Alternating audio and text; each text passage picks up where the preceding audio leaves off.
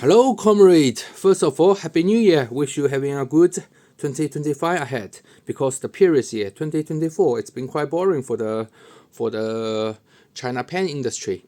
But despite its unusual quietness, there are still some very interesting products. For example, the Jinhao Monster Converter. That's an innovation. And apart from that, there's apparently nothing really interesting, really. And but that's still better than some company only change the color pattern. That's not really innovation in my opinion. When I was watching your summary, for example, the fountain pen therapy, that channel is impressive, and he literally make a summary of the fountain pen of the world, really, from India to China to Italia, and literally everything. That's impressive. So while I was watching your video, I'm also drafting my outlook of the 2025. So the draft is very long, but I just somehow haven't get around to make this video. So I decided I have to make this video now. Otherwise, I will never do it, because the new year is passing. Once the new year passes, what's the purpose for outlook? So here is my summary. But before I start to the forecast of the 2025, there are some background information, like I believe that's valuable to you, because to understand the China pen industry, you have to understand China a little bit, won't you? So here's the draft. Literally, here is the thing I'm going to talk about. First of all, I'm going to talk about buying power. Buying power is a very complicated concept, but you can measure you can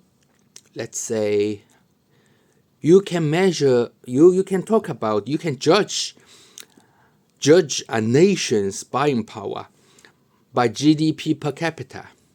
Literally, that only means living standard. It's a very vague idea, but that is how you compare the wealthy between different countries. For example, that's the figure I got from Wiki. I didn't make it up. That's the figure I got from Wiki. That's the USA. Agree or disagree? It's 86,000 USD per person. For Canada, 60. Japan, 33.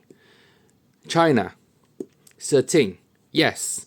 So you see the gap here.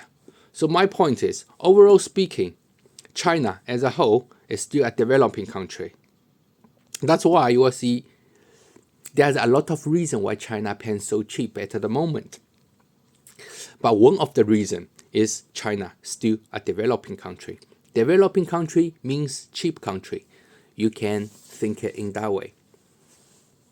If you don't have a PhD in economics, so that's how simple it is. So first of all, China is a developing cheap company. Second,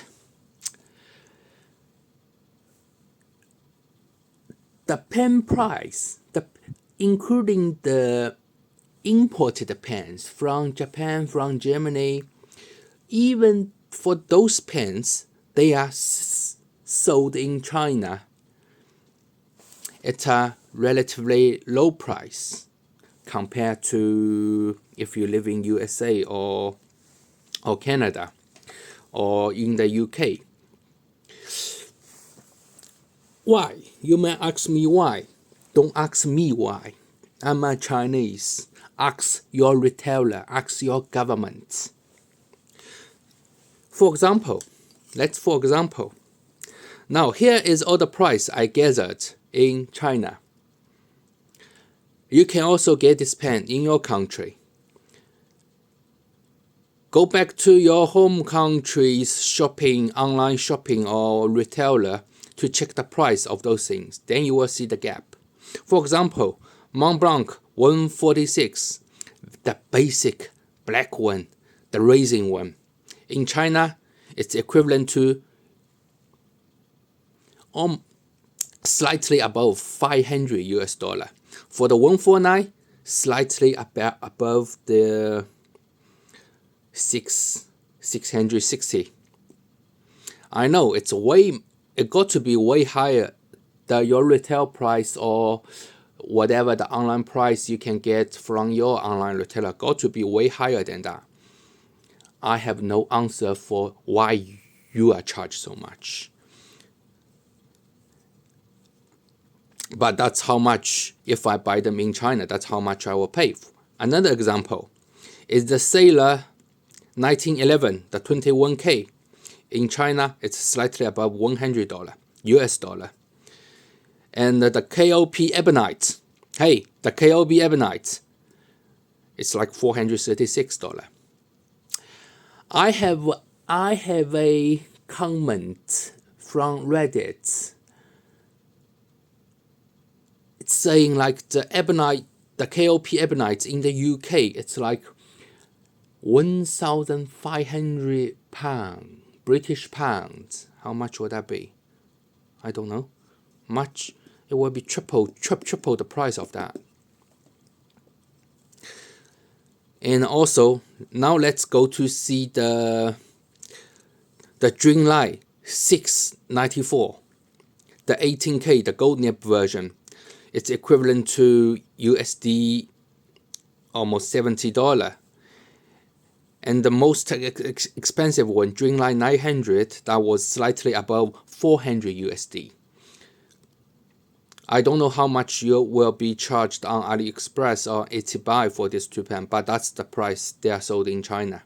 Those trafficker, they are ruthless trafficker. They will charge you double, triple for that.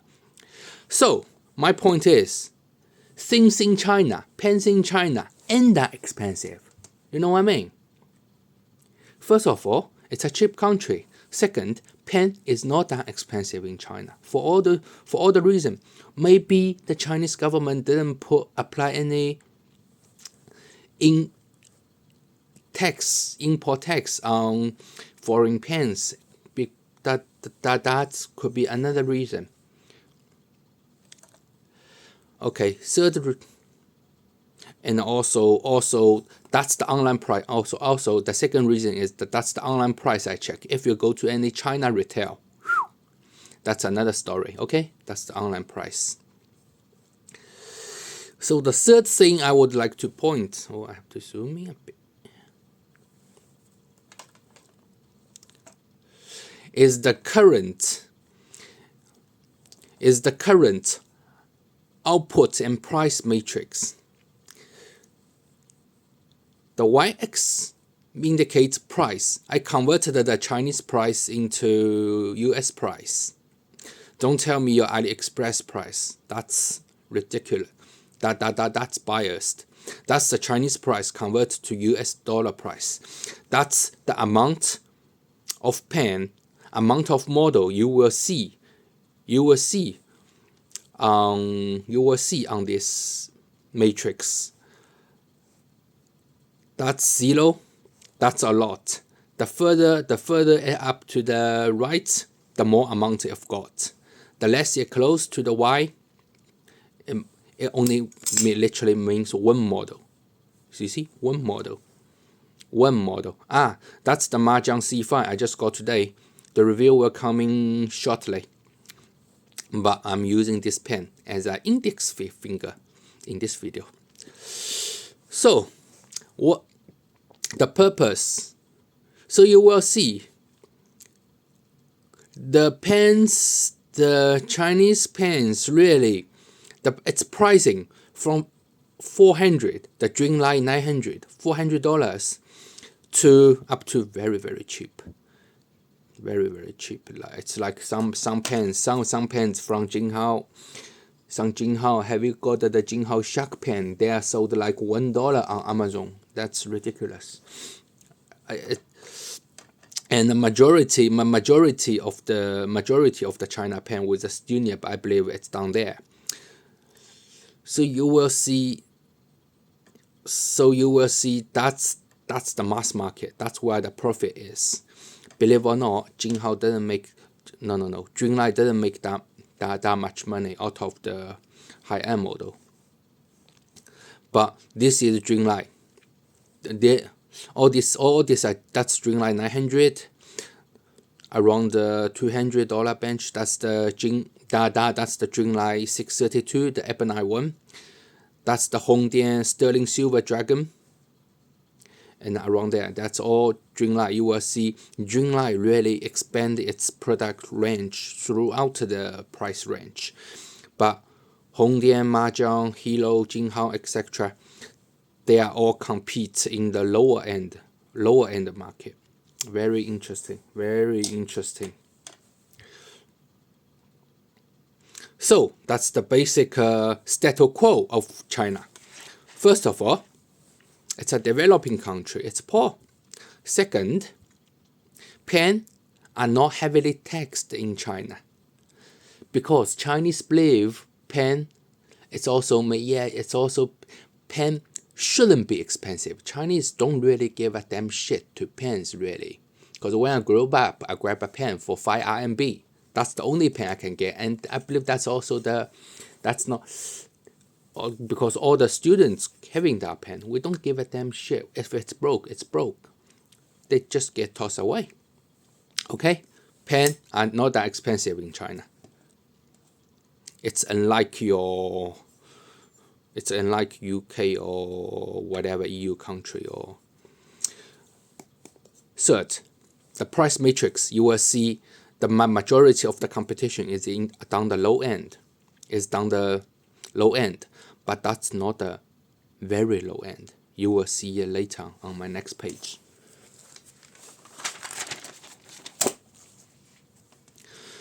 That jump to my conclusion. Giving the 3 prerequisites, should I say prerequisites? Given the 3 prerequisites I've given above, you will see, first of all, the primary market of the China pen industry is still China. It's not like Japan, because in Japan, 40% of its output, 40 to 60 or even higher in some industry, rely on overseas market. That make Japan really sensitive to appetite or price change to its biggest trade partner. But China is but the pens industry in China is different. Chinese pen industry don't give a damn shit to overseas because the primary market is still in China. By saying so,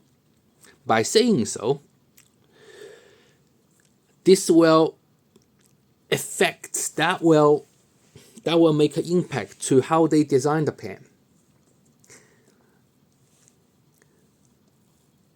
The aesthetics of the pen, for example, this, in my opinion, in my Chinese eye opinion, is a very interesting pen because Chinese is still very interesting because we are grew up with Hilo 616. You probably don't have that. It's that kinds of tube things.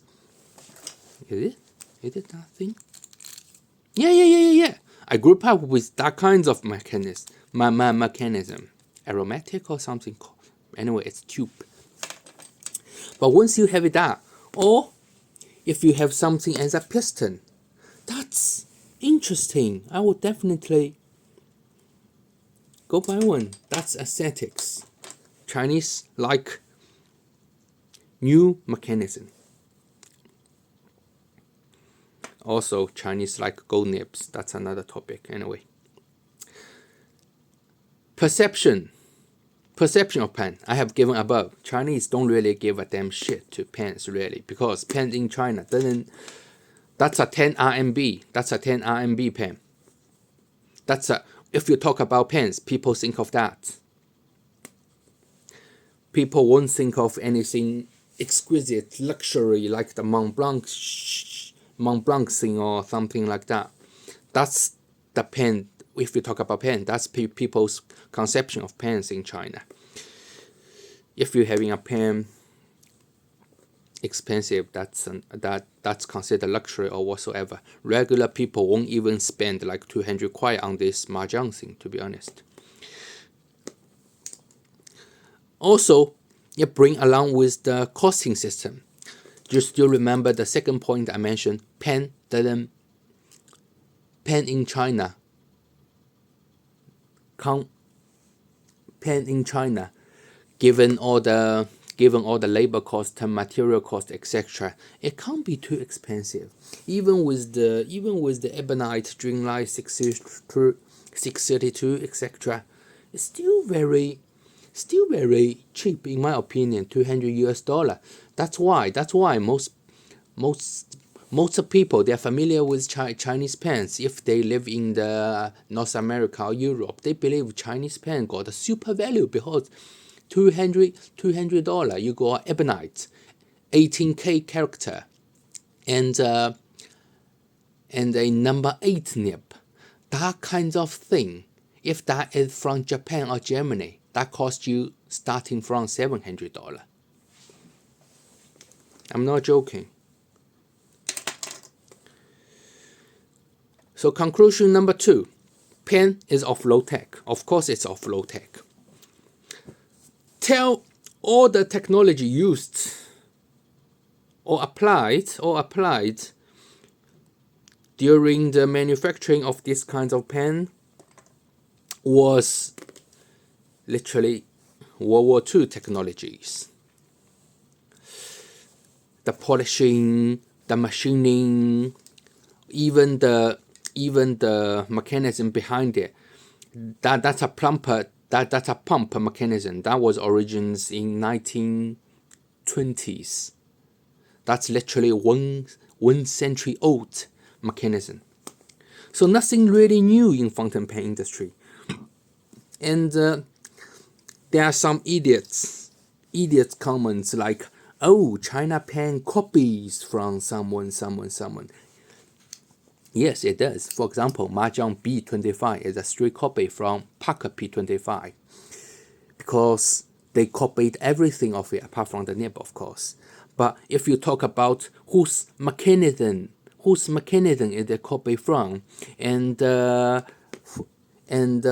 they think everything cigar shape is copied from Mont Blanc. They're just idiot. In my opinion, nothing's really new in the fountain pen industry.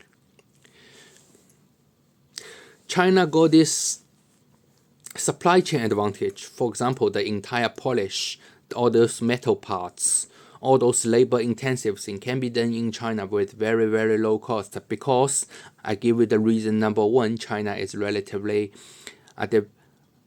a poor country, a developing country. That's why you can take advantage of the supply chain. So my conclusion number 3, you will. So that's the stage number 1. So for the future development of China pens, you will see more and more high-end. You will see some more high-end pens around the 400 price range, reaching the 400 price range. You will see also massive amounts of new pen around $10 range. This is the current range. You will see only tiny bit of the high end, and the middle range is evenly distributed. But I can tell you, whatever in the middle doesn't sell really good. For example, that 200 kwai, 180 kwai, 180, that's $26. That's a $26 in Chinese money pen. That kind of pen in China doesn't sell well. That's a cash cow. The 10 RMB, the $1 pen is a cash cow. So in the future, not only in 2025, but in the year coming, until the economic shows some good sign of, what you call that, resurrection or something like that, revived. Okay, you will see mass amounts attaching the low-end market, and see some high end. So see a few more interesting more during the high end. And in the high end bit, you will see definitely new craftsmanship, new technology. For example, 3D printing nib. Have you heard of that thing? Yes, I have. But that will be very expensive, not yet available at the moment. Also, the new material. When I say new, I just mentioned nothing will be new in fountain pen. When I say new material, basically it's like titanium is not new. Titanium, but that is the first time. That is literally the first time. No, not the first time.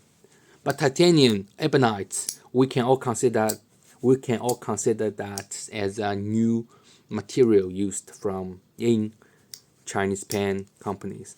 Also coatings, very fancy, colorful oxidine. What do you call that? What do you call that thing? I believe it's horrible.